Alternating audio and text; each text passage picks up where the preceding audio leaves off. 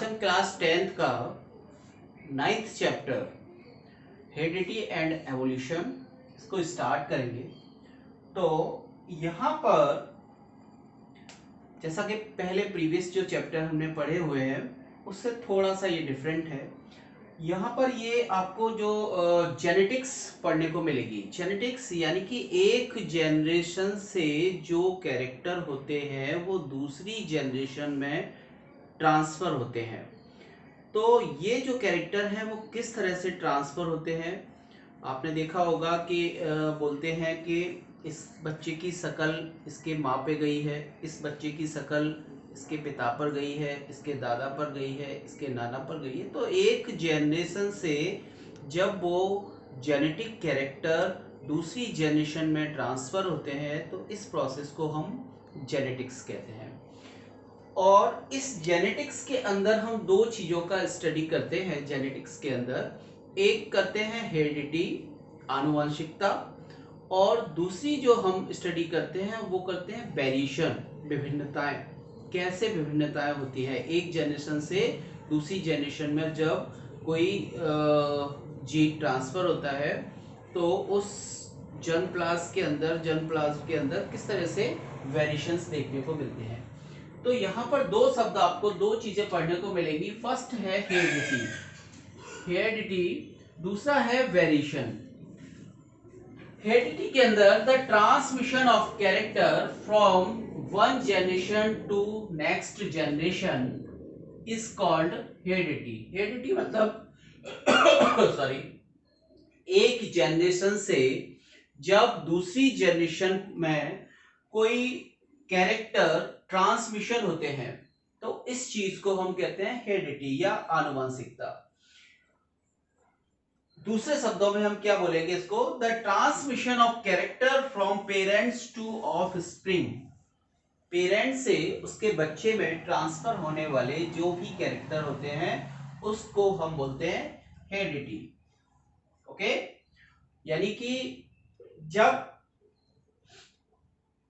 कोई कैरेक्टर एक जनरेशन से दूसरी जनरेशन में और फिर उसके बाद तीसरी जनरेशन में इस तरह से लगातार एक दूसरे से ट्रांसफर होते चले जाते हैं, तो ऐसे जो कैरेक्टर होते हैं लगातार ट्रांसफर होते हैं, इसको हम कहते हैं हेरिडिटी। दूसरी चीज यहां पर आती है वेरिएशन। वेरिएशन क्या होता है, आपने देखा होगा कि बिल्कुल एक जैसी शक्लें नहीं होती, कुछ उसमें वेरिएशन होता चला जाता है। जैसे हमारे जो भी पूर्वज हैं उसके बाद हमारे जो पेरेंट्स बने और पेरेंट्स के बाद जो संतानें बनी, तो इनमें लगातार कुछ ना कुछ चेंजेस होता चला जाएगा। और ये जो चेंजेस है आपको लगभग 50 पीढ़ियों के बाद वो चेंजेस आपको दिखाई देगा। जैसे आपने देखा होगा आदि मानव जो भी देखे होंगे, तो आदि मानव और आज के मनुष्य बहुत सा डिफरेंस उनमें देखने को मिलता है। उनका साइज ज़्यादा बड़ा था, है ना, देखने में अलग टाइप के दिखाई देते थे। आज के जो मनुष्य है वो अलग टाइप के दिखाई देते हैं।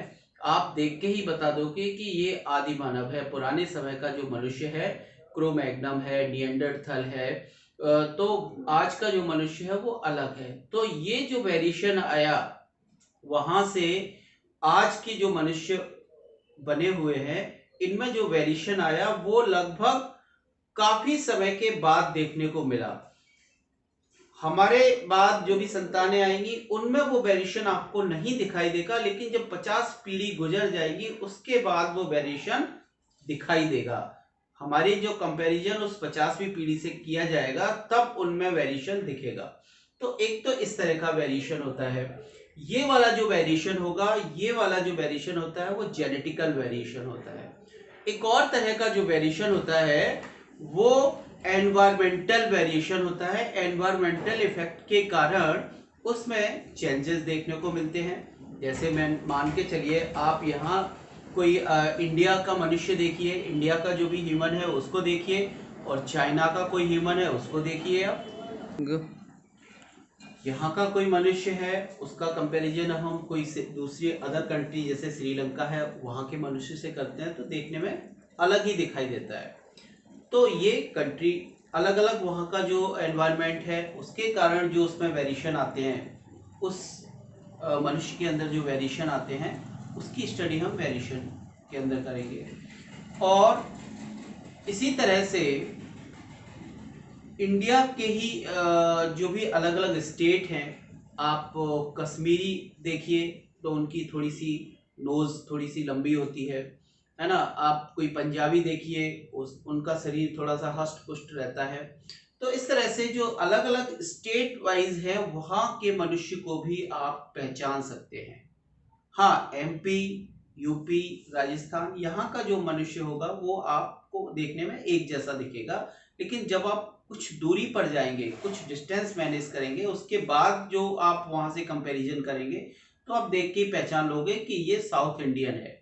क्यों? क्योंकि वहां का जो एनवायरमेंटल इफेक्ट है वो अलग है। जो साउथ इंडिया का जो मनुष्य होगा उसका श्रीलंका जो उसके पास में है, तो वहां से आप कंपैरिजन करेंगे तो वो एक जैसे दिखाई देंगे। तो इस तरह से जो लगातार एनवायरनमेंट के कारण जो इफेक्ट आते हैं तो वो एनवायरमेंटल इफेक्ट होते हैं, या इसको हम कहते हैं somatic variation. These variation are caused by effect of environmental effect, है ना, एनवायरमेंटल फैक्टर, एनवायरमेंट फैक्टर कारक के कारण जो भी इफेक्ट आते हैं, ऐसे इफेक्ट को हम क्या कहते हैं? सोमेटिक वेरिएशन बोलते हैं, सोमेटिक वेरिएशन। दूसरा जो वेरिएशन होता है वो होता है जेनेटिकल वेरिएशन। जो मैंने बताया, एक जनरेशन से जब दूसरी जनरेशन में कोई जर्म प्लास ट्रांसफर होता है, उसके बाद फिर नेक्स्ट जनरेशन आएगी, उसके बाद फिर लगभग 50 जनरेशन के बाद वो आपको जेनेटिक वेरिएशन दिखाई देगा कि ये वेरिएशन हो गया। आपने देखा होगा या सुना होगा कि पहले के समय में हमारे बहुत से ऐसे बॉडी के कुछ पार्ट्स थे जो थे लेकिन आज नहीं है। तो ये लगातार उसकी आवश्यकता नहीं हुई तो वो खत्म हो गए। ये चीज आप एवोल्यूशन के अंदर आगे पढ़ेंगे, इसी चैप्टर के अंदर पढ़ेंगे कि कौन कौन से हमारे अंदर जो भी कुछ होमोलोगस ऑर्गन्स थे वो खत्म हो गए, या वेस्टिजियल जो ऑर्गन्स थे वो आज नहीं है, अवशेषी हो गए, है ना। तो इस तरह से जो ये वेरिएशन जो होते हैं वो जेनेटिकल वेरिएशन होते हैं और सोमेटिक वेरिएशन होते हैं, दो तरह के वेरिएशन होते हैं। तो यहाँ पर इस चैप्टर के अंदर हम हेरिडिटी और वेरिएशन दो चीजों का स्टडी करेंगे। अब एक शब्द और आता है, यहां पर आता है जेनेटिक्स, आनुवंशिकी, है ना। तो जेनेटिक्स जो होती है, जेनेटिक्स क्या होती है? जेनेटिक्स के अंदर हम इन दोनों की स्टडी करते हैं, किस किस की? हेरिडिटी की और वेरिएशन की। तो वही है जेनेटिक्स। जो शब्द दिया वो डब्ल्यू वैटसन ने दिया। The branch of biology which deal with the study of heredity and variation is called genetics। यानी कि जेनेटिक्स एक बायोलॉजी की ब्रांच है जिसके अंदर हम स्टडी करते हैं किस किस की? हेरिडिटी की और वेरिएशन की, विभिन्नताओं की और आनुवंशिकता। हेरिडिटी मतलब आनुवंशिकता। तो इन दोनों की जो स्टडी है वो किसके अंदर की जाती है? जेनेटिक्स के अंदर की जाती है। इसलिए इन दोनों को हम मर्ज करके एक शब्द दे दिया उसका जेनेटिक्स। जेनेटिक्स की हम स्टडी करेंगे। अब इस जेनेटिक्स के बारे में सबसे पहले किसने पता लगाया, किसने डिस्कवर किया, या किसने इसकी जो एक्सपेरिमेंट है वो किस साइंटिस्ट ने किए हुए थे? वो थे जी.जे. मेंडल। उनको हम बोलते हैं सर मेंडल या फादर ऑफ जेनेटिक्स। क्या किसको बोलते हैं? जी.जे. मेंडल। तो इन्होंने जेनेटिक्स के बारे में कुछ प्रयोग किए, और वो प्रयोग ऐसे थे, जब उन्होंने वो प्रयोग किए थे तब न तो सेल बायोलॉजी का डिस्कवर्ड हुआ था, सेल के जो ऑर्गन्स हैं उनको भी नहीं किया था, जीन की डिस्कवर्ड नहीं हुआ था। तब उन्होंने जेनेटिक्स के बारे में कुछ एक्सपेरिमेंट किए, पी प्लांट के ऊपर किए। इसलिए हम इसको कहते हैं, इनको फादर ऑफ जेनेटिक्स। और ये जो एक्सपेरिमेंट थे वो उनकी डेथ होने के लगभग 30 ईयर के बाद मालूम चला कि ऐसे ऐसे कोई साइंटिस्ट हुए हैं, उन्होंने जेनेटिक्स के बारे में काफ़ी रिसर्च की हुई है। उसको बाद वाले जो साइंटिस्ट थे वो एक्सपेरिमेंट कर रहे थे, लेकिन उन्होंने कहा ये तो 30 साल पहले ही कोई साइंटिस्ट थे वो कर गए। तब उनकी जो पूरी थीसिस निकाली गई, उसको देखा गया, तो वही एक्सपेरिमेंट सही साबित हुए। तो ये तब उनको फादर ऑफ जेनेटिक्स कहा गया। ओके। इसके बाद एक और साइंटिस्ट हुए यहाँ पर, टी.एच. मॉर्गन। इन्होंने भी, इनको हम बोलते हैं फादर ऑफ एक्सपेरिमेंटल जेनेटिक्स। इन्होंने एक ड्रोसोफिला मक्खी होती है, उस ड्रोसोफिला मक्खी के ऊपर काफी एक्सपेरिमेंट किए, तो इसलिए इनको कहते हैं father of experimental genetics, TH. Morgan. Okay. तो इस तरह से यहां पर इस चैप्टर के अंदर हम हेरिडिटी और वेरिएशन, हेरिडिटी समझ में आ गया, जब एक जनरेशन से कैरेक्टर दूसरी जनरेशन के अंदर ट्रांसफर होते हैं तो उसको हम कहते हैं heredity. The transmission of character one generation to next generation is called heredity. Okay. तो यहाँ पर हम दोनों चीजों की स्टडी करेंगे। दूसरा इसके बाद आएगा कि मेंडल ने कौन कौन से इसमें एक्सपेरिमेंट किए, कौन कौन से कुछ रूल दिए, जेनेटिक्स के बारे में रूल दिए मेंडल ने, और उन्होंने कुछ कैरेक्टर लिए, या इसकी जो जेनेटिक्स की कुछ टर्मिनोलॉजी होती है उसके बारे में हम यहाँ पर स्टडी करते हैं। तो इसके बाद जो जेनेटिक्स की हम आगे स्टडी करेंगे, तो यहाँ पर मेंडल ने कुछ लॉ दिए। कौन कौन से लॉ थे? उससे पहले मेंडल ने कुछ 7 कैरेक्टर, जो पी प्लांट था, उस पी प्लांट के अंदर उन्होंने 7 कैरेक्टर को लिया। अलग अलग प्लांट के अंदर वो कैरेक्टर अलग अलग तरह के थे। कुछ प्लांट के अंदर वो डोमिनेंट कैरेक्टर थे, कुछ प्लांट के अंदर वो रेसेसिव कैरेक्टर थे। डोमिनेंट और रेसेसिव मतलब जो प्रभावी कैरेक्टर होता है वो डोमिनेंट था, और कुछ अप्रभावी कैरेक्टर थे वो रेसेसिव थे। जैसे आपने मटर का जो दाना है वो देखा होगा, येलो कलर का जो होता है तो एक ग्रीन कलर का होता, तो जो येलो कलर का जो मटर सीड था वो कैसा था? वो डोमिनेंट कैरेक्टर था। जो ग्रीन कलर का था वो कैसा था? वो रेसेसिव कैरेक्टर था। एक जो येलो कलर का होता है वो राउंड शेप में होता है, और जो ग्रीन कलर का होता है रिंकल्ड शेप में होता है। तो वो जो राउंड शेप में था वो कैसा है? Dominant character. तो ऐसे उस करके उन्होंने 7 कैरेक्टर को लिया। जैसे मटर में जो रेड कलर के फ्लावर वाला प्लांट था वो कैसा था? डोमिनेंट कैरेक्टर था। जो व्हाइट कलर वाला फ्लावर था वो कैसा है? रेसेसिव कैरेक्टर है।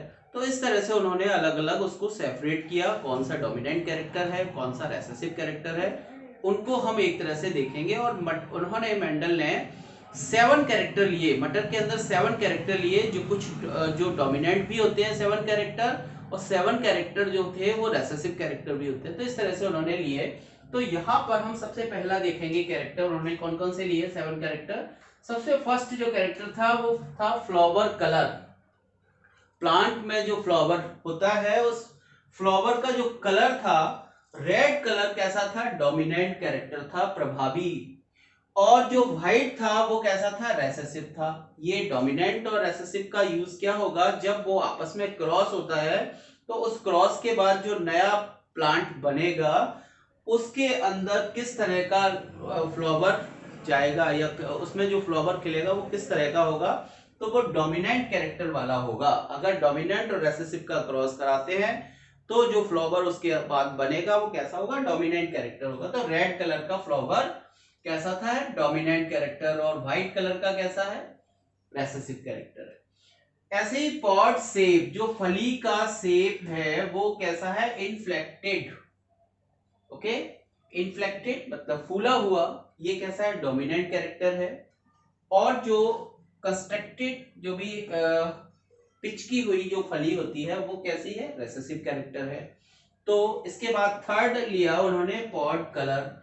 पॉड कलर में जो फली का ग्रीन कलर है, फली का जो ग्रीन कलर है वो कैसा है? वो डोमिनेंट कैरेक्टर है। जो फली का येलो कलर है, कभी कभी आपने देखा होगा येलो कलर की फली होती है मटर में, तो येलो कलर वाली जो फली है वो कैसी है? वो रेसेसिव कैरेक्टर है। थर्ड इस तरह से हो गए। फोर्थ उन्होंने लिया सीड का शेप। जो सीड का आकार होता है वो राउंड, अगर उसका राउंड आकार है तो वो कैसा है? डोमिनेंट कैरेक्टर है। अगर वो रिंकल्ड है, पिचका हुआ है, तो रेसेसिव कैरेक्टर है। आपने देखा होगा जो येलो कलर की मटर आती है वो राउंड शेप में आती है, जो ग्रीन कलर की जो मटर होती है वो रिंकल्ड होती है ना। तो इस तरह से जो राउंड शेप है वो कैसा है, डोमिनेंट कैरेक्टर है। नेक्स्ट उन्होंने लिया कॉटिलिडॉन कलर। कॉटिलिडॉन मतलब जो जब आप सीड को लेते हैं उस सीड के ऊपर जो उसका कवर होता है उसको हटाएंगे तो दो भाग डिवाइड हो जाएंगे, तो दो भाग जो डिवाइड हो जाते हैं उसको बोलते हैं कॉटिलिडॉन। तो कॉटिलिडॉन का जो कलर है वो कैसा है, येलो। येलो कलर क्या है, डोमिनेंट है। यहाँ पर इसमें इसमें कंफ्यूजन होता है, इसमें ग्रीन कलर डोमिनेंट होता है, यानी कि फली का जो ग्रीन कलर है वो डोमिनेंट होगा। यहाँ पर येलो, कॉटिलिडॉन का जो येलो कलर है वो डोमिनेंट होगा। ओके, इसमें आपस में कंफ्यूजन हो जाता है। तो यहाँ पर जो ग्रीन होगा, कॉटिलिडॉन का जो ग्रीन कलर है वो रेसेसिव है। इसके बाद नेक्स्ट हम लेते हैं फ्लावर की पोजीशन। यदि फ्लावर एक्सियल, एक्सियल यानी कि जो ब्रांचेस होती है उसके बीच में फ्लावर खिलता है तो वो कैसा है, डोमिनेंट कैरेक्टर वाला है। और यदि वो टर्मिनल के ऊपर खिलता है, उसके सीड्स के ऊपर खिलता है, किसी भी ब्रांच के सीड्स के ऊपर खिलेगा तो वो कैसा होगा, टर्मिनल होगा। नेक्स्ट लेते हैं height of plant. Height of plant में यदि टॉल वो है प्लांट है, टॉल प्लांट है तो वो कैसा है, डोमिनेंट कैरेक्टर का है। और डॉर्फ प्लांट है तो किस तरह का है, रेसेसिव कैरेक्टर का। तो इस तरह से मेंडल ने 7 कैरेक्टर लिए, किसके अंदर, ये सभी पी प्लांट के अंदर लिए, मटर के पौधे में उन्होंने लिए। वो मटर के पौधे में जो कुछ डोमिनेंट कैरेक्टर के थे और कुछ रेसेसिव कैरेक्टर के थे। इसके बाद आता है टर्मिनोलॉजी। कुछ टर्मिनोलॉजी है जो मेंडल ने जेनेटिक्स के अंदर यूज की। वो टर्मिनोलॉजी कौन कौन सी होती है, उस टर्मिनोलॉजी के आधार पर ही हम आगे स्टडी पूरी जेनेटिक्स की करेंगे। तो ये टर्मिनोलॉजी आपको मालूम होना बहुत जरूरी है कि होमोजाइगस क्या होता है, हेटेरोजाइगस क्या होता है। P1 यूज करते हैं तो उसका मतलब क्या होता है, P2 यूज करते हैं, F1 यूज करते हैं तो इसका मतलब क्या होता है। जैसे मैंने यहाँ पर एक टर्मिनोलॉजी यूज की है डोमिनेंट। तो डोमिनेंट मतलब प्रभावी, वो प्रभावी है किसके ऊपर, जो अप्रभावी है उसके ऊपर वो प्रभावी है।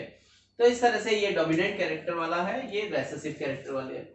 तो यहाँ पर कुछ टर्मिनोलॉजी यूज की है उन्होंने, जैसे P1 लिया, P2 लिया। P1 का मतलब होता है पेरेंट 1, P2 का मतलब पेरेंट 2।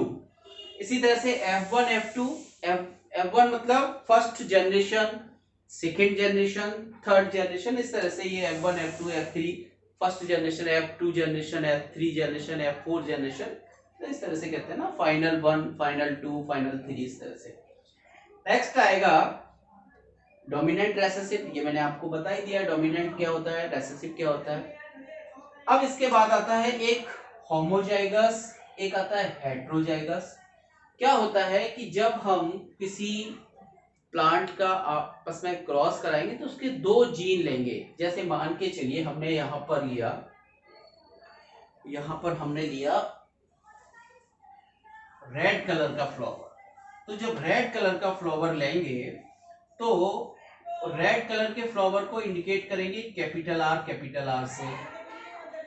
व्हाइट कलर के फ्लावर को इंडिकेट करेंगे स्मॉल आर से। का जो फ्लावर है उसको इंडिकेट हम करेंगे कैपिटल आर से। व्हाइट कलर का जो फ्लावर है उसको इंडिकेट कर रहे हैं हम स्मॉल आर से। तो यहाँ पर जो 2 कैपिटल आर लिए हुए हैं, यानी कि इस प्लांट के अंदर दोनों कैपिटल आर हैं, तो ये कैसा हो गया, ये होमोजाइगस हो गया। ओके, जब हम इसका क्रॉस इसके साथ में करवा देंगे तो एक कैपिटल आर इधर से आएगा, एक स्मॉल आर इधर से आएगा। तो इसका जो जीन है वो कैसा बन गया, कैपिटल आर स्मॉल आर बन गया इस प्लांट का। लेकिन ये रेड कलर का ही रहा, वो हम आगे बताएंगे जब मेंडल ने जो लॉ दिए है उसके अकॉर्डिंग। तो अब इसका जो जीन स्ट्रक्चर है वो किस तरह का हो गया, ये हेट्रो हो गया, हेट्रो टाइप का हो गया है ना। ये होमो है, होमो में दोनों कैपिटल होंगे, इसके अंदर अलग अलग डिफरेंट टाइप के जब जीन होंगे तो उसको बोलेंगे हम हेट्रोजाइगस। तो ये होमोजाइगस हो गया, ये हेट्रोजाइगस हो गया। तो इस तरह से ये हेट्रोजाइगस हो गया। ओके, अब क्या होता है, एक और होती है टर्मिनोलॉजी यहाँ पे, फिनोटाइप और जीनोटाइप। देखिए ये भी यहीं पे बताते हैं। जैसे ये कैपिटल आर लिया तो ये भी कैसा हो गया, ये भी रेड कलर हो गया। और जब हम कैपिटल आर और स्मॉल आर लेंगे तो ये भी कैसा हो जाएगा, रेड कलर का हो जाएगा।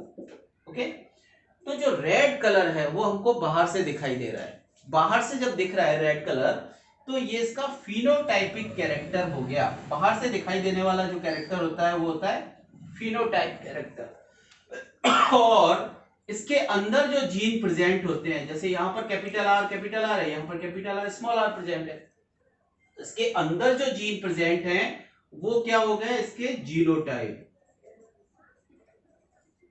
ठीक है, तो ये फिनोटाइप हो गया। जो रेड कलर हमको दिख रहा है वो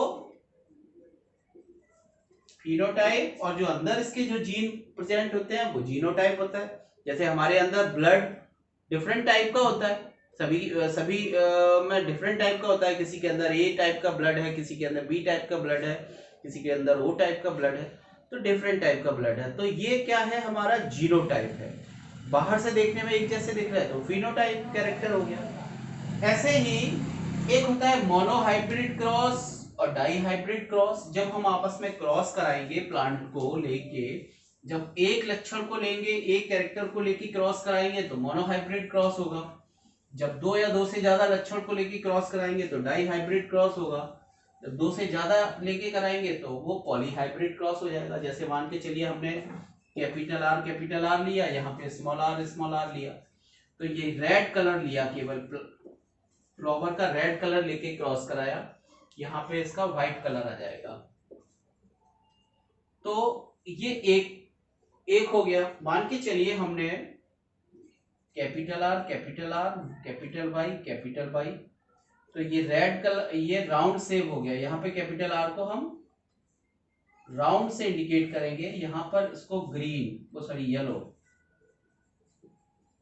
येलो कलर, जो सीड का राउंड शेप होता है वो ले लिया और उसका येलो कलर ले लिया। दो कैरेक्टर ले लिए, सीड का राउंड शेप ले लिया और येलो वो ले लिया, तो दो कैरेक्टर हो गए। दो कैरेक्टर को लेके जब आपस में क्रॉस कराएंगे तो डाईहाइब्रिड क्रॉस होगा ये। तो ऐसे ये मोनोहाइब्रिड क्रॉस हो गया, ये डाईहाइब्रिड क्रॉस हो गया। अब दो से ज्यादा जब लेके कराएंगे तो वो पॉलीहाइब्रिड क्रॉस हो जाएगा। तो इस तरह से ये कुछ इसकी टर्मिनोलॉजी होती है। उस टर्मिनोलॉजी का यूज हम आगे मेंडल के लॉ के अंदर करेंगे, किस तरह से जेनेटिक्स में करेंगे।